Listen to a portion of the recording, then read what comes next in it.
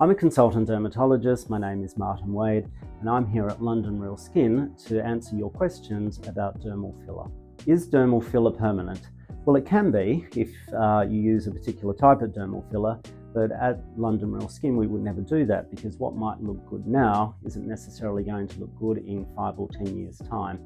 There are also some safety concerns about permanent fillers that are used. At London Real Skin, we mainly use hyaluronic acid fillers, and there's a few different brands that we use, each having different properties.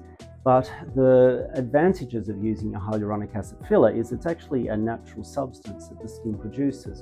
So we naturally have hyaluronic acid in our skin, and so the idea of using a dermal filler is to augment or repair volume loss that we get with age and weight loss, to repair the skin and put it back to the way that it was. One of the other advantages of being a non-permanent filler is that we can actually reverse the effect if we don't like the outcome. So we are able to actually inject into the skin an enzyme which dissolves the hyaluronic acid, and so if someone doesn't like the result that they have, we can instantly erase it. Can dermal filler be used under the eye? Yes, it can, but it's all about patient or client selection. So a patient who might have puffy eyes may not be the ideal candidate, or a candidate at all, for dermal filler under the eyes. It's usually people who have some volume loss, potentially dark circles under the eyes, which are the candidates for injecting hyaluronic acid. It's a quite safe procedure. People are concerned about putting needles around the eyes, but done in the right hands, it's a quite safe procedure. And with filler, it's all about less is often more, and it's something that we can always build on.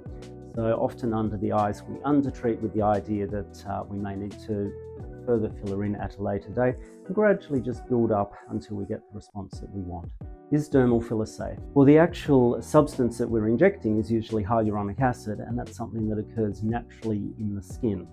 So it's a reasonably natural product that's made synthetically that we're injecting into the skin. So risk of allergy is very low. Infection with any procedure is always a risk, but done in the right hands with the appropriate precautions, it's something that rarely occurs. Can I get dermal filler if I'm pregnant or breastfeeding? So the answer is no, and the reason being, when someone's pregnant, their facial anatomy is different. So if we look at facial anatomy and then decide what someone needs, that's not going to be the same requirements as when someone's not pregnant or not breastfeeding. So we would always recommend to wait till after the pregnancy, wait till after you finish breastfeeding before we think about using hyaluronic acid injections. When pregnant, women have some fluid retention, often women put on weight, so the anatomy really is completely different to when someone's not pregnant. Would the injections of hyaluronic acid into the skin affect the unborn baby? We think no, but it's something that we never do. Does dermal filler injections cause swelling? Well, it is quite usual after the procedure to have a mild degree of swelling. Different areas of the body or face react differently. So injections into the lips often do cause some swelling. Under the eyes, we often see some swelling there. But this is a temporary thing which can last up to 24 hours, maybe 48 hours at most. After the procedure, we put ice packs or cool compresses onto the skin, which limits the amount of swelling. And if someone is having more significant swelling, we often recommend that they do this at home for the rest of the day. The swelling is always temporary and it always recovers, and it's never serious. How fast do dermal filler results? Well, it's instant. We're injecting hyaluronic acid into the skin and we see the response, we see the volume of the skin increase immediately. And this is one of the things that we're doing when we inject the filler. We're always looking at the skin and deciding how much we need to inject and whether we need to be injecting more or not. So it really is one of those treatments that you walk out the door with instant results, and you can have a very good idea of the final result, which we probably don't see for about 3 days once you've had the treatment. What is the aftercare for dermal filler injections? Well, often we advise patients to put some cool compresses or ice packs on the treated areas for the remainder of the day. We don't leave the ice packs on for a long time, we just put them on off, and this can help reduce swelling in someone which may be prone to swelling. I also recommend no heavy exercise for 24 hours. We really want the injections and the filler that we've injected to settle where it is, rather than getting the blood pressure up and the heart rate up. And then with any procedure, we want to make sure that the skin remains clean.